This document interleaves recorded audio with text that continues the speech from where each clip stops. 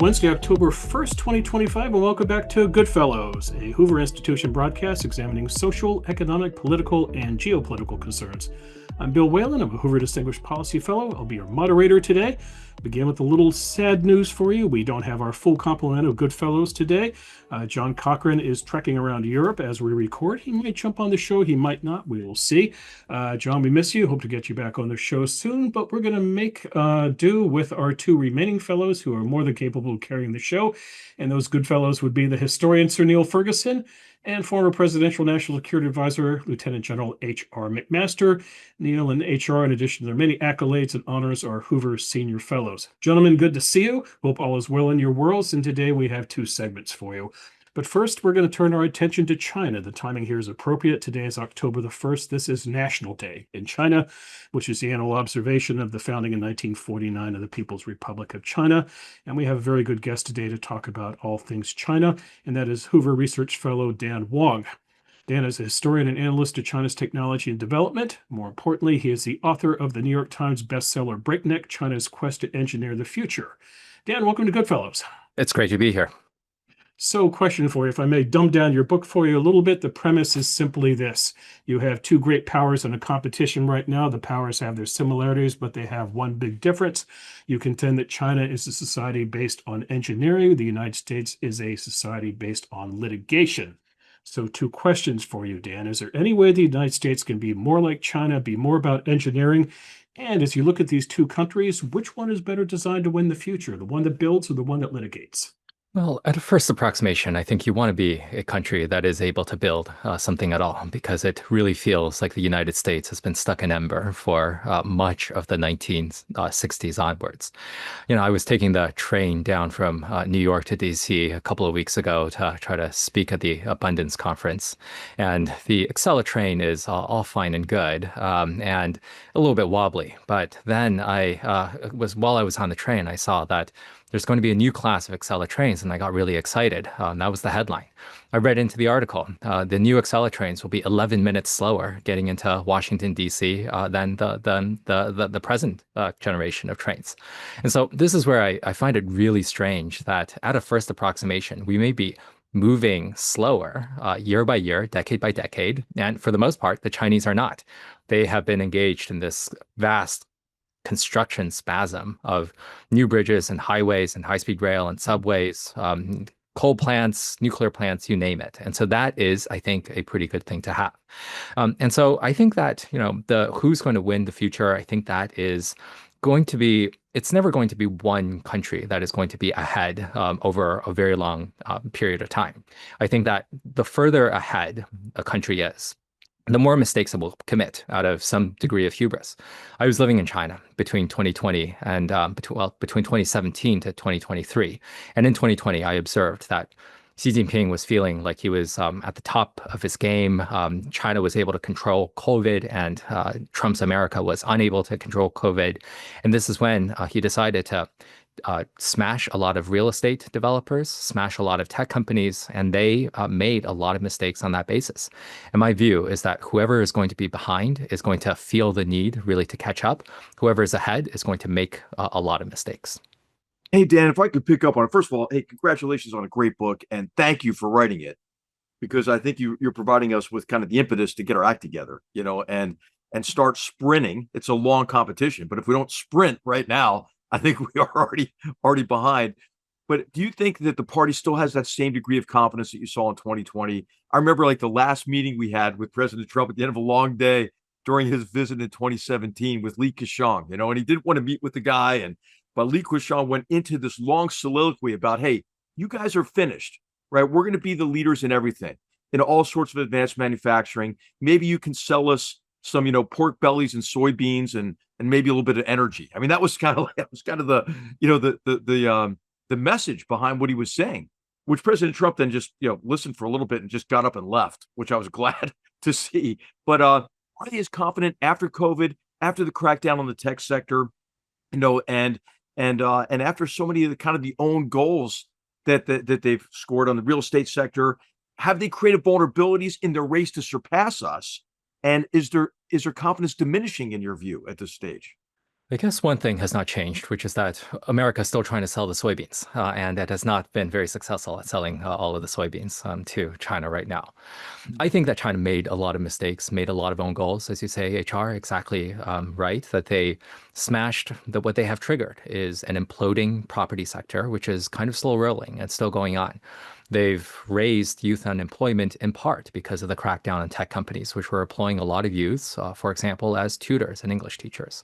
And so they created a lot of mistakes. And I remember, I left China at the start of 2023. I went to become a fellow at the Yale Law School's Paul Tsai China Center. And the narrative at that time, at the start of 2023, was that autocracy is weak, it is on its knees, and democracies are strong.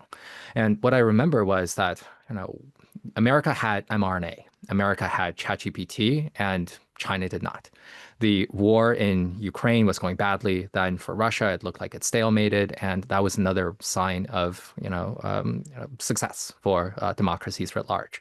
And so I think that in turn produced America to have some degree of hubris. It overplayed its hand, perhaps in various ways. And right now, China is trying to catch up. China is trying to be friendly towards Jack Ma and all the other tech titans again. It is trying to resuscitate its economy in a big way. And so this is part of the dynamic that I think we'll always observe. The winner will always make mistakes, and the loser will try harder and harder to catch up. Dan, congratulations on the book. It's a deserved hit. I want to ask something that hasn't come up yet, and that's the kind of underlying demographic trend in China, which has turned out to be much worse than people thought even 5 years ago, certainly 10 years ago. So that, the UN middle projection is for China's population to fall by half by the end of the century. There's a very striking decline in fertility going on, which it's hard to imagine reversing itself, certainly because of any government policy. And one has a sense that the younger Chinese are reluctant to marry, reluctant to have kids, are fundamentally pessimistic about the future. How does one reconcile that underlying social reality with your story of a great engineering power that's unstoppably going to outbuild America? Yeah. I think that demography is definitely one of China's big challenges, but over the longer term. Right now, the slope of the demographic decline, the curve is not very steep.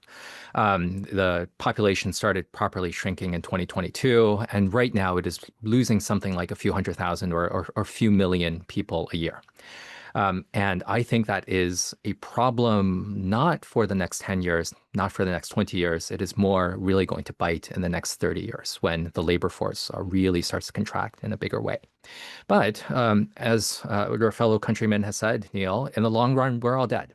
And what matters is that we have to get through the short run first.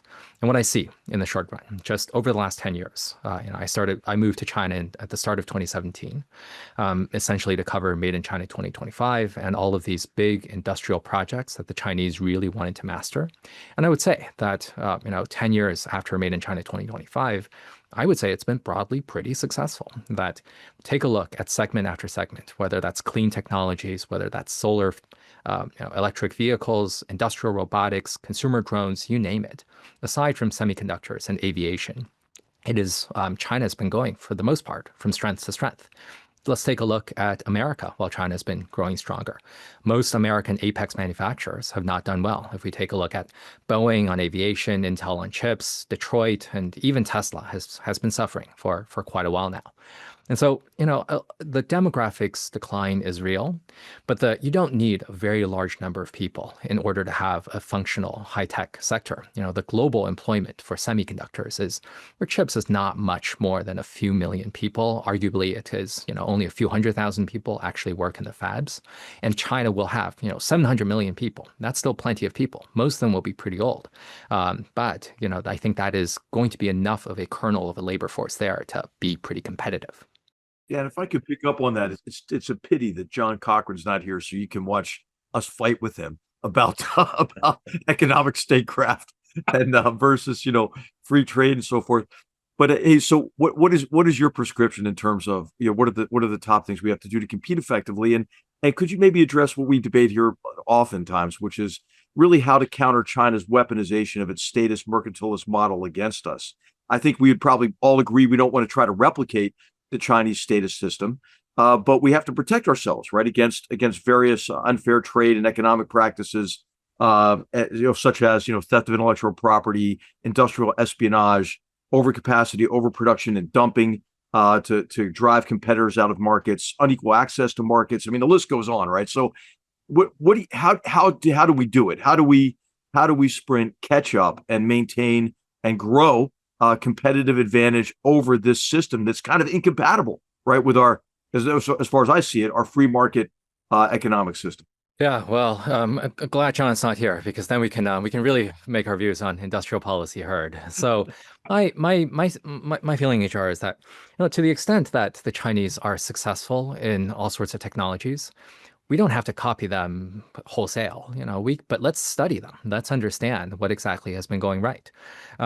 Something that I would say was a giant Chinese success was that, unlike Japan, which mostly exported its own products, China has been pretty open, relatively speaking, to foreign companies in some selected high technology areas to do a lot of work, train a lot of its workers, and export their goods instead. If you were buying a Sony Walkman in the 1980s or some sort of memory chip from the Japanese chip makers in the 70s or 80s, that was almost entirely Japanese value add. Whereas China is very well known for mostly assembling German, American, Japanese components into something like the iPhone, adding only Chinese labor into the mix, and then exporting that product. China has also the platform for exporting Tesla vehicles and a million and one other types of goods that are substantially foreign owned. And China was really welcoming towards American investment in particular, again, in some selected areas. And I think that there should be some debate about whether there could be some Chinese leadership in, let's say, something like solar or something like electric vehicle batteries to try to train American workers to do the same to them, is what I'm trying to say. If they accomplish something through forced technology transfer, why don't we do it to them? If they accomplish something through industrial subsidies, why don't we do it to them? Which is why I think it was particularly disastrous to humiliate a lot of South Korean workers in Georgia, put many of them in chains. All of them had visas to work in the United States. And then, to do that to an allied power, to try to, while sending a lot of engineers to build American products in the future, I think that is not the right approach to really try to make things better. Yeah, speaking of own goals, yeah, definitely. That was our own goal for sure. Yeah. Okay, let me jump in with one other idea that we haven't touched on. Litigation, lawyers, these are easy things to be nasty about, especially if you're not a lawyer yourself. And I've certainly said in the past that the US no longer has the rule of law, it has the rule of lawyers. So I'm guilty of this. On the other hand, the rule of law is something that the US has compared with China, where you have at best rule by law, and that is a law that the party stands above. And that, of course, is part of the reason that China needs capital controls, because a lot of Chinese money would get out of China if it could, if only to diversify away from a system that doesn't have rule of law. And that is what makes not only the US, but the Anglosphere generally attractive. So, Dan, can you imagine a future in which China's institutions are sufficiently advanced that they no longer need capital controls because the money no longer wants to get out? I suspect that the money will always want to get out. And I think that, we take a look at the top ranks of the Communist Party, still so many sons and daughters of the Politburo would love to send their kids to Stanford University, get an education, perhaps get a green card, and maybe even naturalize in the US for their own good. Many Chinese have wanted to depart from China for a very long time. This is a trend that has been in place for arguably centuries, and especially over the last several years, in which I've observed that many rich people have tried to move their money to Singapore, the UK, the US, etc. Many creative types are tired of the censorship. They've moved to northern Thailand, where they are able to smoke drugs that are legal in the state of California. And they are just really tired of the sort of restrictions that they have to face. And there are many Chinese migrants that have flown to Ecuador, where they don't need a visa, to try to walk across the border through the Darien Gap. And that is quite astonishing as well. So I think that there always will be some degree of emigration and flight out of China.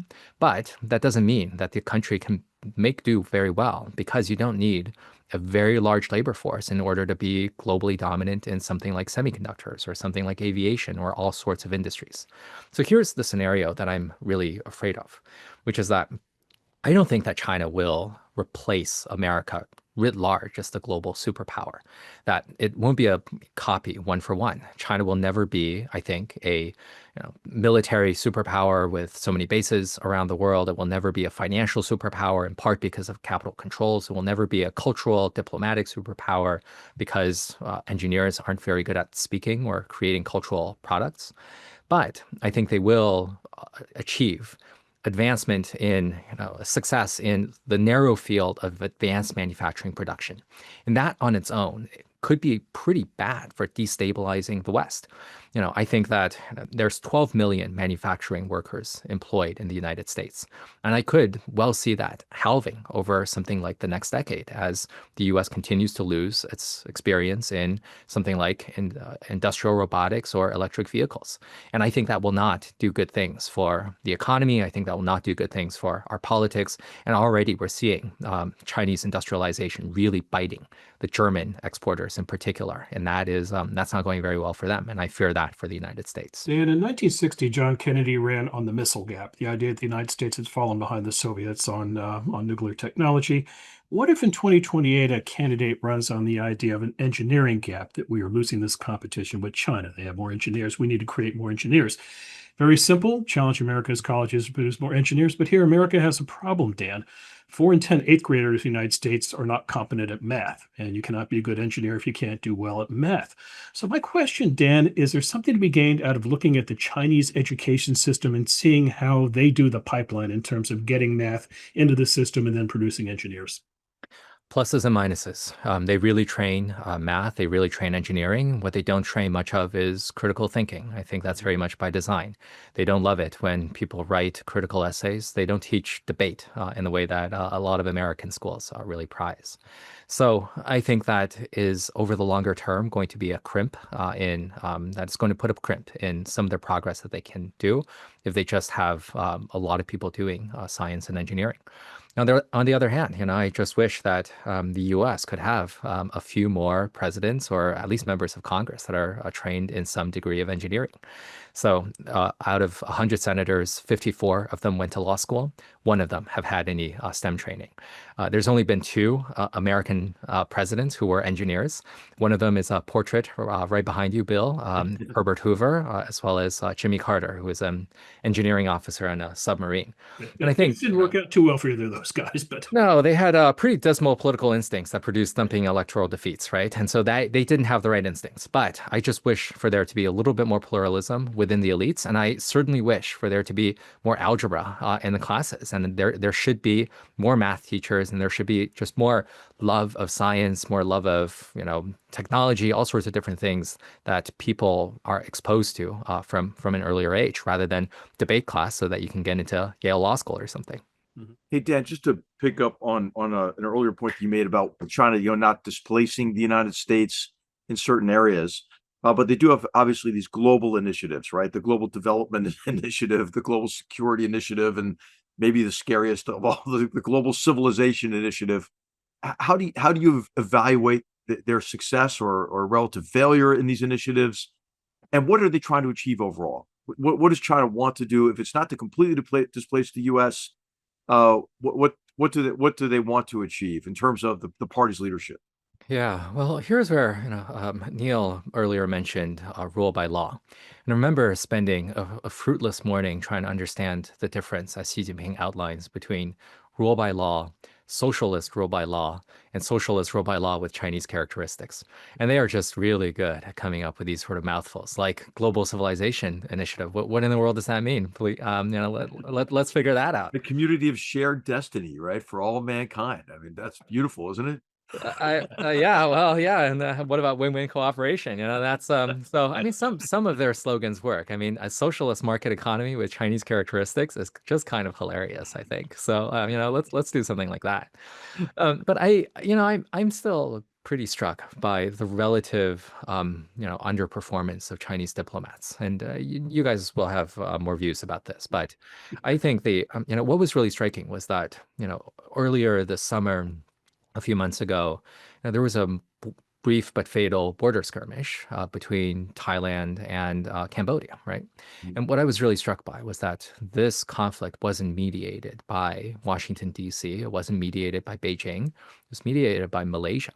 And it seems like, there's plenty of, people, even, especially the neighbors of China, that do not trust China. And I don't see that reversing very easily anytime soon. And I think that what China wants is at least dominance of its near neighbors. I mean, Taiwan is a certainty. They absolutely want that. And maybe what they want is for folks in the Philippines to regularly go to China and kowtow for the emperor's pleasure. And that might be pretty bad. But HR, what do you think about Chinese diplomats? Are they winning? How's the Global Civilization Initiative going?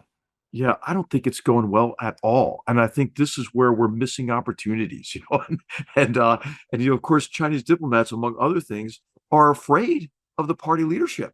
So my encounters with them have always been just a reading off of cards, and I mean, you can't get them to crack a smile, you can't get them to get off script at all. I mean, I'm thinking my main interlocutor was Yang Jin. The one person actually who I felt like I could have a real conversation with was Liu He. And then of course he's out of the picture now.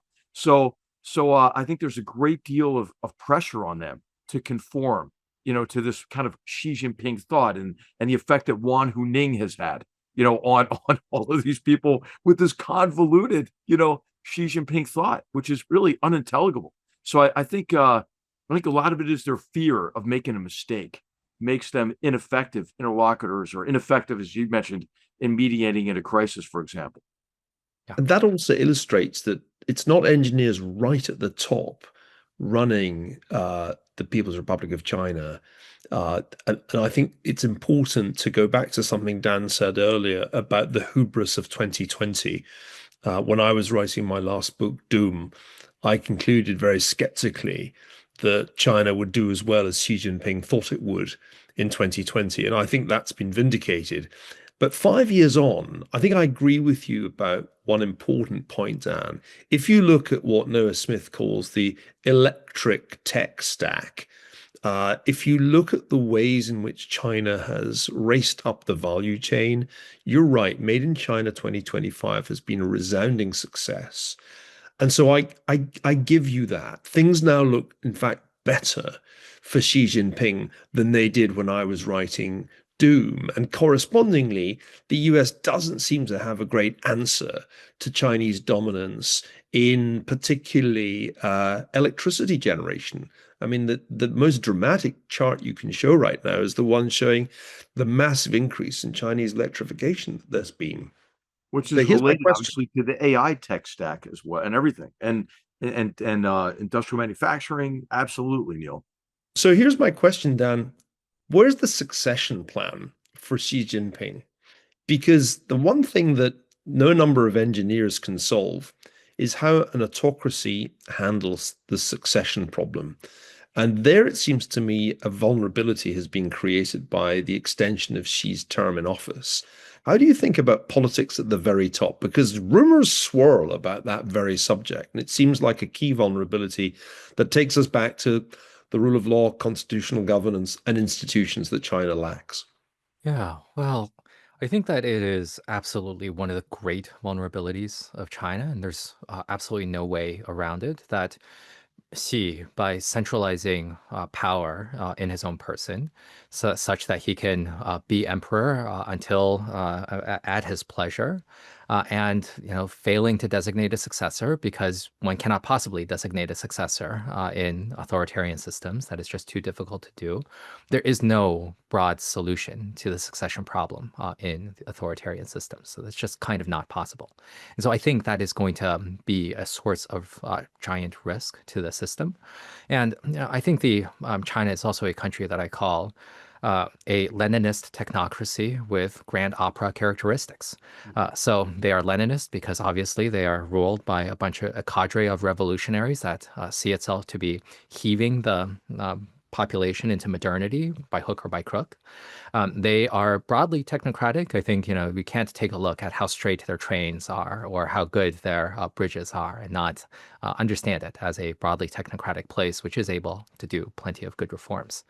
But then there is always something of the Wagnerian entrance into Valhalla. And I know, Neil, you're an opera fan, so you understand this reference. But they just have a sense of the apocalyptic, a sense of the theatrical about themselves. And it is really easy for them to veer into some sort of, apocalyptic thinking, some sort of manifesting the eschaton or something.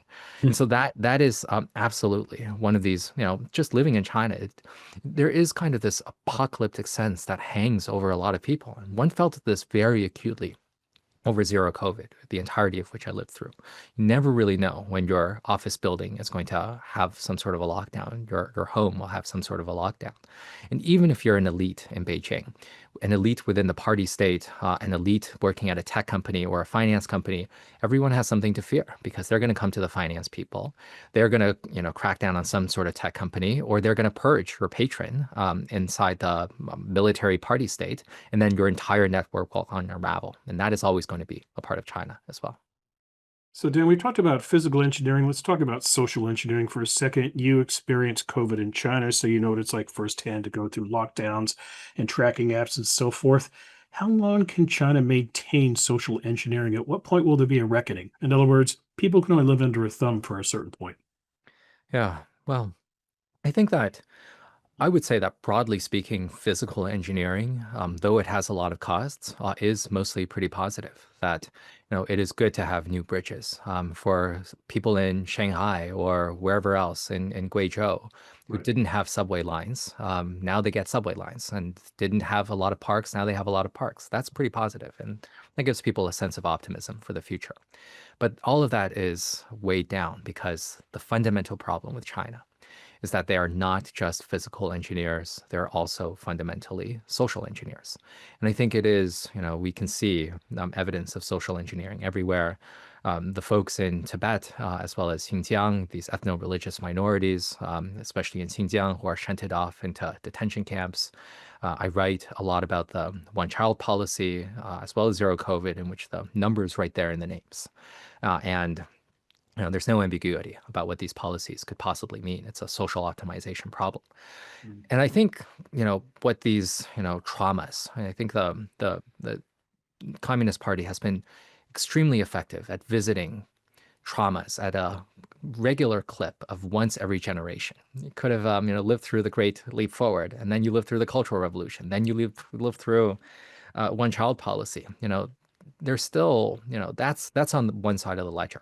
On the other side of the ledger are new subway stations and new parks and new cafes and, better class of goods that you're able to consume. And, you're given, perhaps, if you're an urban elite, 2 or 3 apartments that you can that is given to you by the state, one of which you liquidate, and then you're able to send your kid off to USC and buy her a Mercedes on the side as well.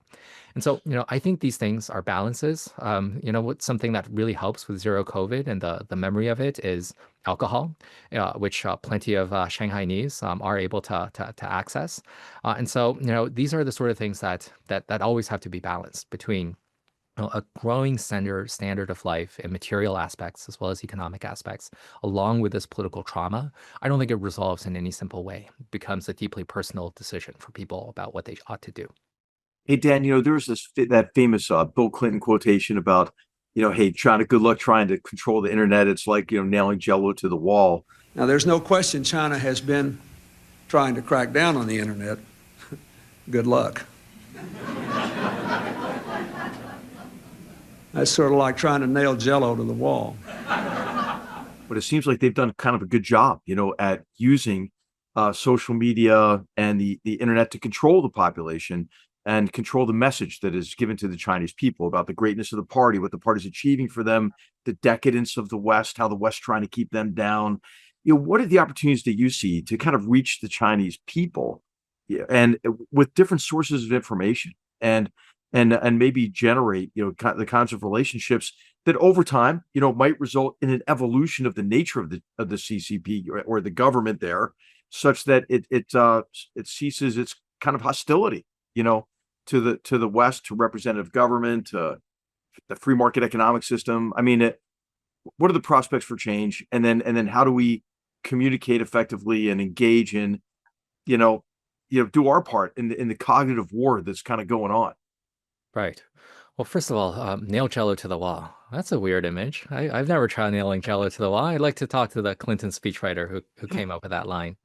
Let me share a little bit, HR, of my experiences of living in China during the first trade war, from basically 2018 to 2020. And initially, I thought that a lot of Chinese felt comfortable with Trump. He's this sort of a figure that they recognize, this business figure that says weird stuff, and then they, kind of erratic.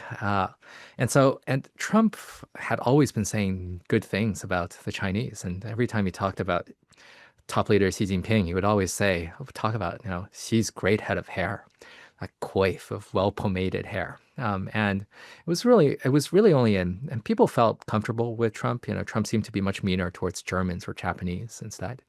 And that all really fell apart in 2020 when Trump started calling it, the Con flu or the China virus. People felt very deeply offended by those types of remarks in particular. And a lot of Chinese felt this sense of hostility with things like the China Initiative, all sorts of crazy rhetoric from particular politicians. Let's say a member of Congress somewhere to say something really mean that offended them.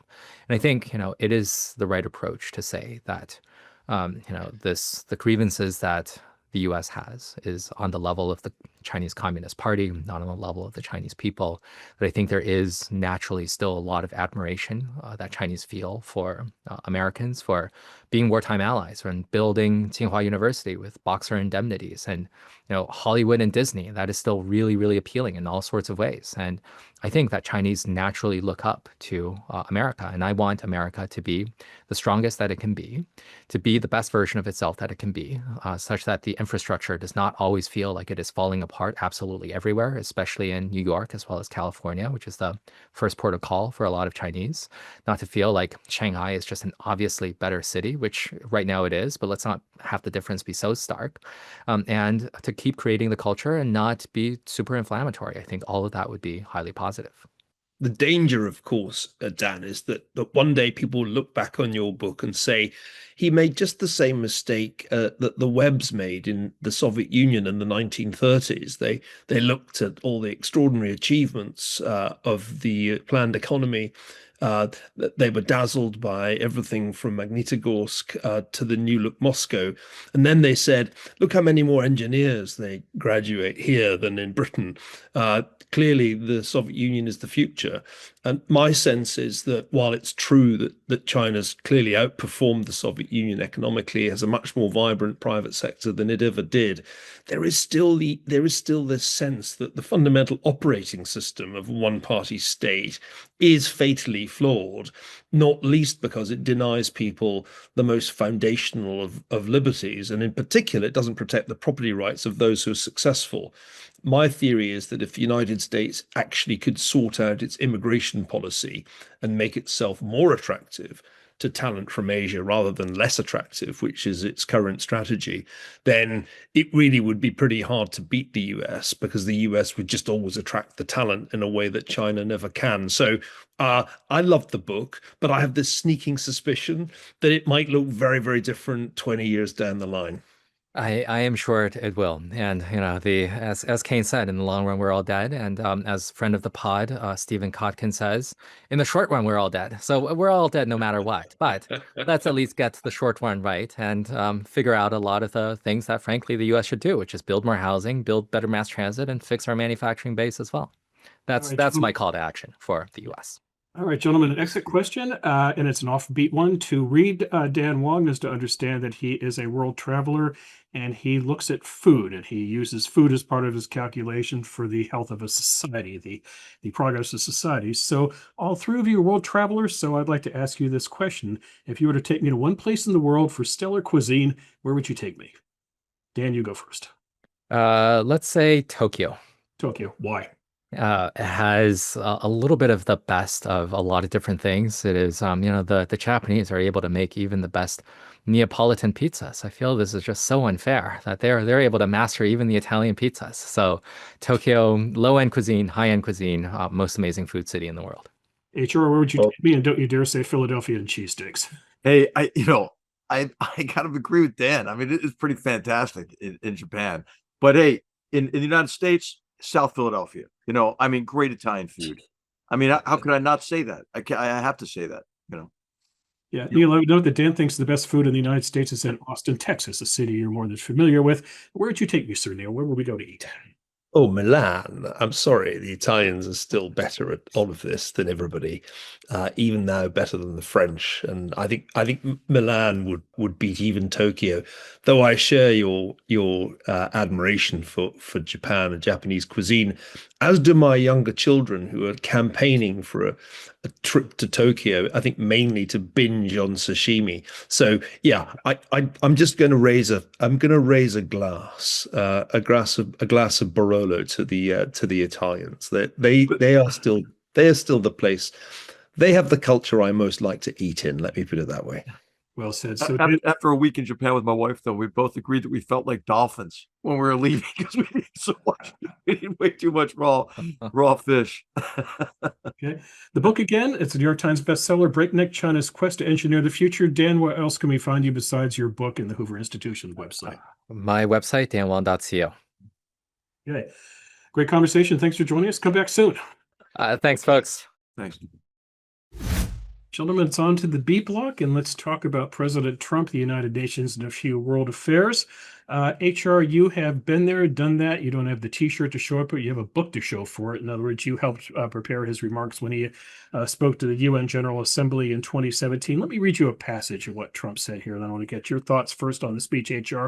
Then, Neil, I want to turn to you for a larger question about what is it the United Nations does these days. So, HR, here's the quote. What is the purpose of the United Nations? The UN has potential. What they all seem to do is really write a lot of strongly worded letters and then never follow that letter up. It's empty words, and empty words don't solve wars. So, HR, take us in the head of Donald Trump. Well, he would always say that in 2017, 2010. Oh, the UN's got great potential, and of course we had Nikki Haley there, did a fantastic job as our ambassador to the UN, and was working with Gutierrez, Secretary General Gutierrez, on a number of reforms that really didn't get traction. But what President Trump gets is he understands that this idea that we would have this condominium of nations in the post-Cold War period, and we would all cooperate mainly within international organizations to solve our common problems. He understands that that's not the world we're in. It's a competitive world. And I think what's beneficial about Trump's worldview is that he understands that these international organizations are competitive spaces, right? Mm-hmm. There's no prize for membership. You have to compete within them. And especially when you see the way that the UN, for example, has dealt with Israel over the years and so forth. Trump doesn't have any illusions about what the UN can do in terms of solving problems. But of course, what we tried to do, and this is in 2017, was to argue against this kind of soft-headed cosmopolitanism, or what some people call globalism now, but argue for purposeful internationalist approaches to the problems that we're facing, because the United States can't do it by ourselves, right? We have to form these coalitions of like-minded nations. And that was a big theme of his speech. And the way that we bridged into that was for President Trump being an advocate for sovereignty, which he is for Americans. It kind of goes with America first. And so we were for strong sovereign nations who respect the sovereignty of other nations and the sovereignty and rights of their own people, right? And I think that was what was missing from the speech this time. And of course, they had the issues with the escalator and the teleprompter, which had him in a bad mood to begin with. But we had a very similar situation in 2017. I talk about this in the book. I mean, we get into the green room. He had written this line in the speech about, Little Rocket, or not Little Rocket Man at the time, Rocket Man, right? On Kim Jong-un. Rocket Man is on a suicide mission for himself and for his regime. The United States is ready, willing, and able, but hopefully this will not be necessary. And I was trying to talk about it. So, hey, Mr. President, listen, you got a great speech here. If you say the Rocket Man thing, it's accurate, but that's all that the press is going to cover is the Rocket Man thing. And so I was just about to really get him to see my way on that.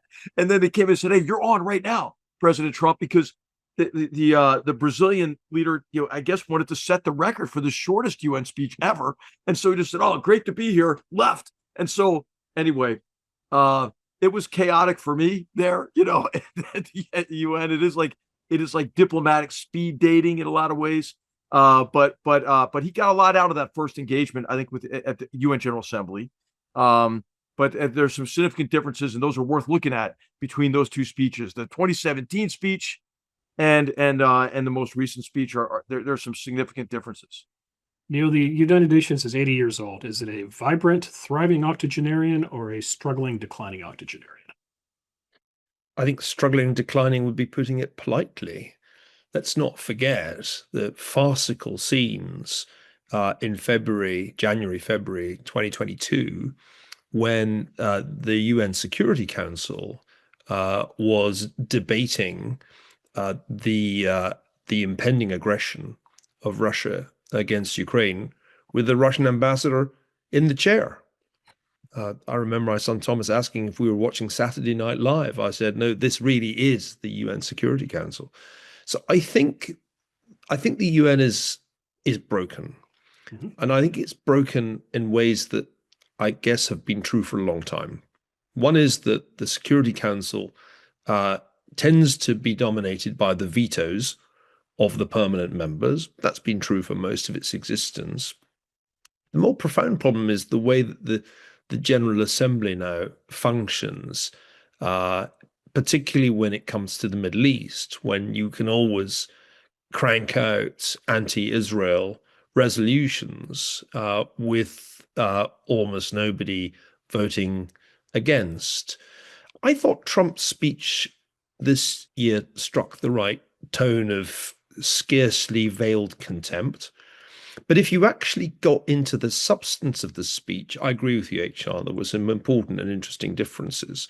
I was struck by not just the claims that he'd settled 7 unendable wars in 7 months, which I think everybody would agree is a stretch. We've also been working relentlessly, stopping the killing in Ukraine. I thought that would be, of the 7 wars that I stopped, I thought that would be the easiest because of my relationship with President Putin, which had always been a good one. I thought that was going to be the easiest one. But, in war, you never know what's going to happen. There are always lots of surprises, both good and bad. But I think the key point that seems to me to be central to Trump's diplomacy this year is to lean on the Europeans to do more. And a substantial part of the speech was telling the Europeans what they're getting wrong, particularly on the issue of immigration. But this, I think, is the key point of Trump 2025. He has really forced the Europeans not only to increase their defense spending, but then to take responsibility for the war in Ukraine, which in effect Trump has washed his hands off, judging by other things that he said last week. So that seems to me like what's really going on there. And for those listening to the speech, particularly Europeans listening to the speech, that was the real point. H.R. Neil says the UN is broken. How would you fix it? I don't think it's fixable, and the reason it's not fixable, I think, is because you have, as Neil mentioned, a Security Council is just going to be permanently divided between the Western states and China and Russia, who are authoritarian, hostile regimes who have done actually a much better job than we have of competing within the organization. And so many parts of the organization have been, co-opted, by the Chinese Communist Party, or undermined by the Russians. I mean, the Human Rights Council is a joke, right? And I think President Trump was right to get out of the Human Rights Council during his first term, and the Biden administration was wrong to go back in, without trying to exact some kind of reforms out of it. UNESCO. I mean, there are many, many other examples of organizations within the UN that could play an important role, but they've been subverted, and many of these organizations have been turned against their purpose. So the question is, hey, do you reform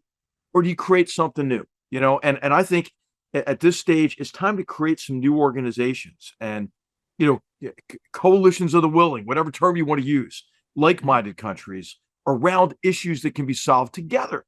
And you see this in certain geographic locations. For example, the Baltic states and the Nordic states are working very closely together with Poland within the existing framework of NATO, but there's like a subgroup now, that are cooperating even more closely on the shared threat from Russia and how to deter it or to counter it and so forth. So I just think it's time to maybe do some new work, some break ground on some new organizations than try to reform old ones, which are moribund and are subverted.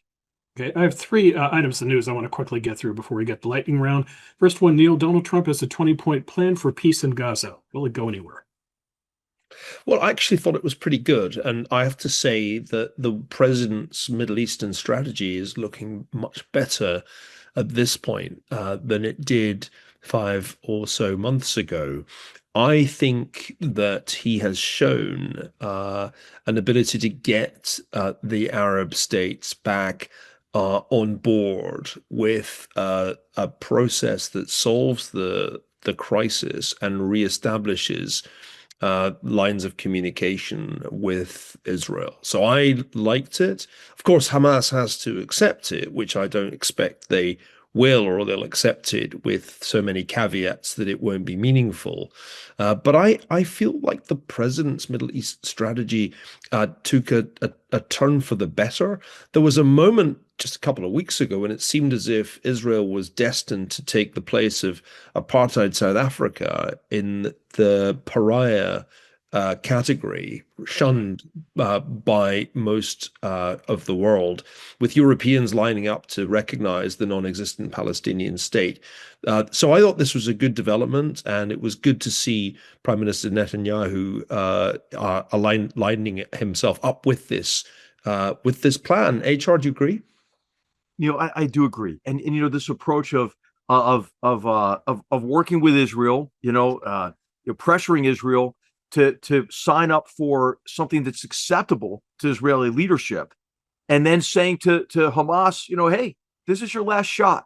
And I think that's the right approach. And as you alluded to, Neil, it changed the narrative. What was bothering the hell out of me is that there was this tendency to blame the Israelis and Netanyahu for the continuation of the war while Hamas is still holding these hostages, right? So I think this changed the narrative and has given Hamas one last chance to avoid destruction, which I think, Israel, unless they agree to disarm, unless they agree to provide this space for this yet to be named, peace enforcement force to come in, and ensure their disarmament and create security space for a new political entity to emerge. That's all sounds good. It's going to be hard to do, but if Hamas doesn't agree to that, then then I don't think Israel has an option other than to destroy them. And I know that sounds tough and sad for the Palestinian people. I would like to see more pressure on Egypt to create a safety valve, maybe into the Sinai for this last phase into Gaza City. That's the one additional thing I think maybe the Trump administration could press. But I agree with you. I think it was the right approach, and it shifted the narrative back onto Hamas, which is where it belongs, I think. HR, I want to stick with you. Should the United States sell long-range Tomahawk missiles to the Ukraine? If so, how would that change the war? Because if I understand this, you could hit Moscow with the Tomahawk, couldn't you? Yeah, I think we should. And the reason is, Ukraine has already demonstrated the ability to differentiate between targets that are connected to the war effort and military targets and civilian targets while they're on the receiving end, Bill, of indiscriminate attacks on their cities, on schools, on hospitals, on apartment buildings. So this would give them more means, really more capacity in the area of long-range fires in combination with the drones and the capabilities they develop themselves to strike at the archer, right? Because you can't defend yourself against all these arrows unless you kill the archer on the other end. And that's what Tomahawks would give them a capability to do. Neil, did the word Tomahawk come up in any of your conversations when you recently were in Ukraine? Yes, of course. What Ukraine needs is greater capacity to hit the Russian war machine. They've already taken 38% of Russia's oil refining capacity offline pre-Tomahawks. And this is an extremely important development because it means that for the first time since this war began, Ukraine is able to inflict meaningful damage on Russia's war economy. So I think this is good. This is a way that as we've been saying for years, to put real pressure on Vladimir Putin. Only by putting that real pressure on will you get him to negotiate in earnest. And he showed in Alaska that he was not serious about negotiation, much to President Trump's frustration. This is the kind of thing that can really change the calculus. Okay, final question. HR, we are currently striking drug targets in the Caribbean. Should the United States strike within Venezuela?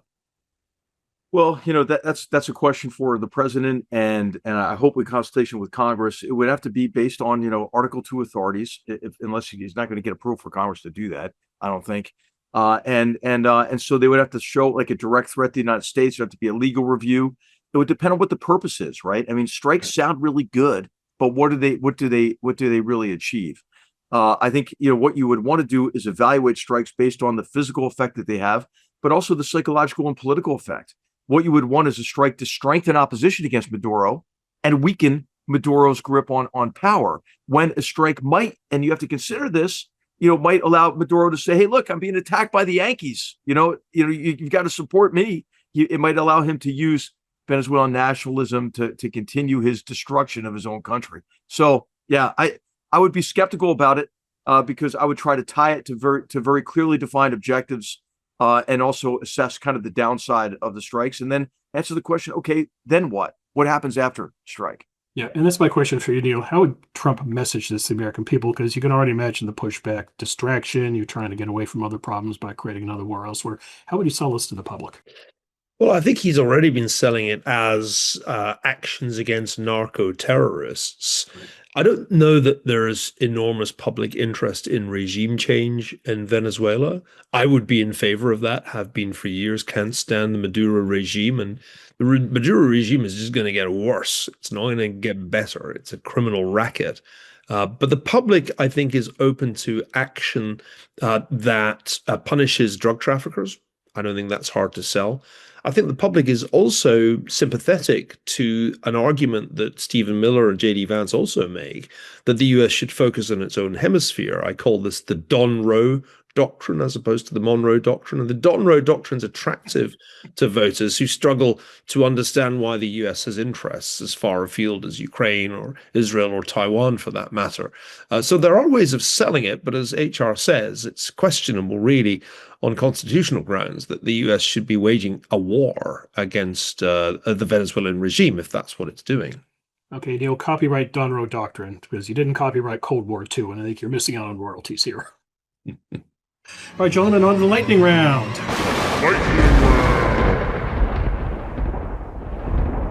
HR, begin with you. Secretary of War, I have a hard time saying that. Secretary of War, Pete Hegseth, recently gathered hundreds of U.S. generals and admirals at the Marine Corps Museum in Quantico, Virginia. The reactions to this HR ranged from the benign, isn't there a cheaper way to do this? How much is it costing taxpayers? To the obligatory hysterical, my God, our enemy is going to think this is a prelude to war. HR, you wrote about this on your Substack. Tell us what the secretary is up to. Well, a lot of the message was kind of appropriate in terms of what he wants to achieve, right? He wants to reverse, what I would call radical DEI, which is, this idea that the Biden administration was pushing of equality of outcome rather than equality of opportunity. The pushing some of these reified philosophies and various postmodernist critical theories that tell people that you should judge people by their identity category, rather than their toughness, their courage, their their sense of honor, their willingness to sacrifice for the nation and for each other. That's how you evaluate, fellow warriors. And then also, this valorization of victimhood, all that stuff. Right. But the tone of it kind of bugged me, Bill. It bothered me, because, I think our military does have tremendous military prowess, but we don't need to beat our chest about it. What we need to do is focus on our competence and our professionalism. I also think some of the language veered into language that could inadvertently encourage indiscriminate use of force, and I'm all for overmatching the enemy, man. I used to tell our troopers, I used to quote Ernest Harman, hey, if it takes a toothpick, use a baseball bat. But I would also then qualify that with apply firepower, overmatch the enemy, overwhelm the enemy in any combat engagement, right? Because barely winning in battle, that's ugly. You don't want to barely win a battle. But apply firepower with discipline and discrimination, consistent with our professional military ethic and our warrior ethos. And our warrior ethos is critical to combat effectiveness, but it's also what makes war less inhumane and preserves, our morality and our ethical approach to combat that's consistent with Thomas Aquinas, and Jus in bello theory. So, hey, I didn't like the tone, but a lot of the message was overdue. I just wish that there had been a bolder line with the president and with Secretary Heseth between partisan politics, criticizing predecessors, former commanders in chief, and the military. Keep that bold line in place, right? And you saw that with the way those professionals were sitting there, just listening, obviously, to their leadership. But I think there might have been like this hope that it would be kind of like a rally. Well, you're not going to get that from the military. You don't want that, from your military. So that was my biggest concern coming out of it was, this idea that you could maybe apply force without discrimination, and then also this sort of missed opportunity to emphasize we don't want the military involved in partisan politics, and hey, there are no woke generals or admirals that I know. I don't know any of them, or generals or admirals, and so this was being pushed by the Biden administration. They've already won. They won the election. It's over. So stop trying to think like you're going to weed out people who are bought into the Department of Woke, whatever the hell that was, So anyway, I feel better now. Thanks for allowing me to get that out, Bill. Okay, Neil, let's stick with the War Department. The Pentagon is sending in 200 National Guard troops to Portland, Oregon to quell ICE protest, or what the White House calls, quote, premeditated anarchy. Neil, now are we living in an authoritarian regime? Well, no, because actually there are good legal precedents for providing protection for government officials who are faced with threats. There's also, I think, a pretty clear problem of policing parts of Portland, which appear to be lawless and have been for some years. So I think this is, again, something that can be regarded without hysteria as reasonable under the circumstances. I mean, Portland's not the only city with major problems. President Trump's also singled out Chicago and, of course, Washington, D.C. It's pretty hard to make the claim that these are well-ruled cities that have the problem of law and order under good local control. So, if you want to defend a chaotic city and a city with high crime rates, go ahead, be my guest, but you won't win many votes that way. Right, Neil, let me take you back to your homeland now. A recent Sunday Times poll showed that 60% of Scots back mass detention and deportation of legal immigrants in the UK. Meanwhile, in Scotland, Reform has overtaken Labour as the country's second most popular party. We've used the phrase a lot on this show. Is this a vibe shift? Well, Scotland's odd because in many ways, at least a substantial part of Scotland is quite socially conservative, with a small c. You can see that from survey data on a whole range of issues. Scotland is not woke. Anybody who's been there wouldn't be too surprised to hear that. But Scotland's politics has been impaired by the rise of Scottish nationalism. And for years, that became the alternative to a Labour establishment, with the Conservatives barely able to win more than a dozen seats. What's novel is the sudden appearance of reform as a political force. This is also happening in Wales. It's odd, though, because reform is often seen as a Little England party, and the waving of the St. George Cross is more common amongst reform supporters than the waving of the Union Jack. What does this tell us? I think it tells us that British politics is in an extraordinarily volatile state. Disillusionment with the established parties is now a national phenomenon, and people have turned to reform because they've decided that immigration is the key issue. That's, I think, what's going on, and it's a UK-wide revulsion. The question is, does Nigel Farage, who is a very English individual, does he have momentum sufficient to carry him to the next general election? If the election were held tomorrow, he'd win and be prime minister. But we have a long way to go before Keir Starmer has to give him that opportunity. And my bet would be that it will be hard for reform to maintain this kind of momentum until the next general election. And that gives Kemi Badenoch's Conservatives a chance to begin to recover from the rock bottom that they recently hit. Right. H.R. President Trump recently said that he'd like for the U.S. to re-engage with Afghanistan, specifically regaining control of the Bagram airbase because, and I quote, "it's an hour away from where China makes its nuclear weapons." Is this at all realistic, H.R.? It's not realistic unless you're going to commit a pretty significant number of troops, about a brigade-sized force on a continuous basis to secure it. Bagram Air Force would be easy to take. It'd be harder to secure and hold in the longer term because of the mountains that are just adjacent to it, and it would have to really outpost to prevent indirect fire, drones, that kind of those kind of attacks on the base. So it would be manpower intensive. It's one of the reasons why it closed when President Biden made that disastrous decision to tell the military, "Hey, shut up and color," basically, and I'm giving you a date and the number of troops adhered to that.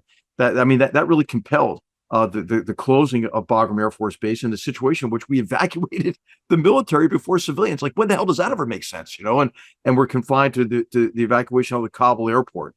So, hey, I'm glad he's got that sentiment now. I wish also he had that sentiment, a little bit stronger back in 2020. And when he sent Zal Khalilzad there to negotiate what I think was kind of a surrender document, So anyway, he's right. It's a strategic location. He's right that the big benefit geostrategically of our humiliating, self-defeat in Afghanistan was China, to a lesser extent, Russia. He's right about that sentiment, but it's just not, I don't think, realistic I don't think President Trump was to commit that level of force there. All right. Final question, gentlemen. It's a very quick one. Welcome to day one of the partial shutdown of the federal government in the United States of America. This is the third time this has happened under Donald Trump's watch. The first one lasted 1 day. The second one went a record 35 days. I am very cynical on these. I've been following this for 30 years now. These happen habitually. HR, how long do you think this will last? And do you much care? I don't really care that much, Bill. I'm going to ask Neil. What do you think? I don't think it lasts too long. If you look at the latest polling, it is sticking to Chuck Schumer like tar that it's Schumer's shutdown. And that means that the payoffs to the Democrats just are negligible at this point.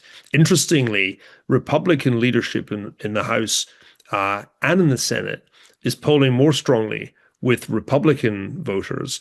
Democratic leadership in Congress is polling worse. So I would say the Democrats are on a losing wicket here, and they're going to throw in the towel real soon. Neil, why do you think Chuck Schumer is scared? What is motivating him here? Well, the problem about being a Democrat right now is that you have this very radical leftist base that has a lot of energy, that is going to take the mayoralty of New York. Yep. And that means that the center in the party is under enormous pressure because they know that democratic socialism is pretty toxic in the rest of the country. And it's suddenly not much more than a year till the midterms. The Democrats have a major problem. I mean, it's very, very obvious, not only in the polling, but also in just their ability to register voters. If they carry on like this, it's no longer a self-evident that the Republicans lose the House in the traditional way of things in American politics. They may actually hold on unless the Democrats can get their act together. I don't see much sign of it right now. In this case, Neil, he is up for re-election in 2028. He has been around Congress for a long time, and he fears one thing, and that is getting primaried by AOC. So, seems like a highly probable scenario at this point, I must say. Okay. I don't know. Which would you rather have, HR? Senator Ocasio-Cortez or President Ocasio-Cortez? Hey, man. I mean, I just wouldn't it be great? Wouldn't it be great if our primary system produced people that the vast majority of Americans would kind of like a little bit? You know what I mean? I just think that, this movement to the polar extremes, I just don't know. We got to get beyond it. We got to get it beyond it. We got to get politicians who get to the politics of addition, that can bring the majority of Americans together to prioritize what we can agree on and to build a better future and to get after kind of the priorities that Dan has laid out in connection with the competition with China, right? We got a lot of work to do, and we need leaders who can bring people together and strengthen our confidence in who we are as a people and confidence in an agenda that's going to build a better future for generations to come. That's the kind of leaders we need. Gentlemen, great conversation as always. Hope all is going well with you, and we'll see you in a couple weeks. Hey, I got one more thing, Bill. Oh, go ahead. Happy birthday to the United States Navy. It's coming up on October 13th. Right. And then we've got the Marine Corps birthday coming up on November 20th. And the Marine Corps was founded in a bar in Philadelphia, So I just wanted to put that out there. A couple birthday celebrations coming up. Are they getting parades, or is that only the province of the Army? I don't think they're going to get a parade, I guess. But they've got Fleet Week coming up here in San Francisco. The Navy and Marine Corps. It's going to be a fantastic one this year. The budget shutdown might affect that. Yeah, it might. Oh, yeah, that'd be terrible. That'd be terrible. In terms of, those are big recruiting opportunities because young people get to see, the rewards of service and meet some of these extraordinary young men and women who serve in our Navy and our Marine Corps. Okay, guys. Great show. We got to run. I'll see you in a couple of weeks.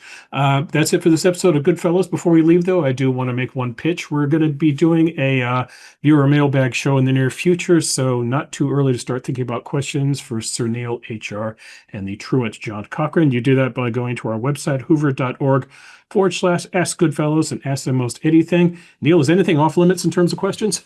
Oh, nothing is off limits. I'm an ask me anything kind of guy. There it is. Ask me anything, Niall Ferguson. All right, gentlemen, on behalf of the GoodFellows, Sir Niall Ferguson, H.R. McMaster, John Cochran, all of us here at the Hoover Institution, we hope you enjoyed the show. Till next time, take care. Thanks again for watching.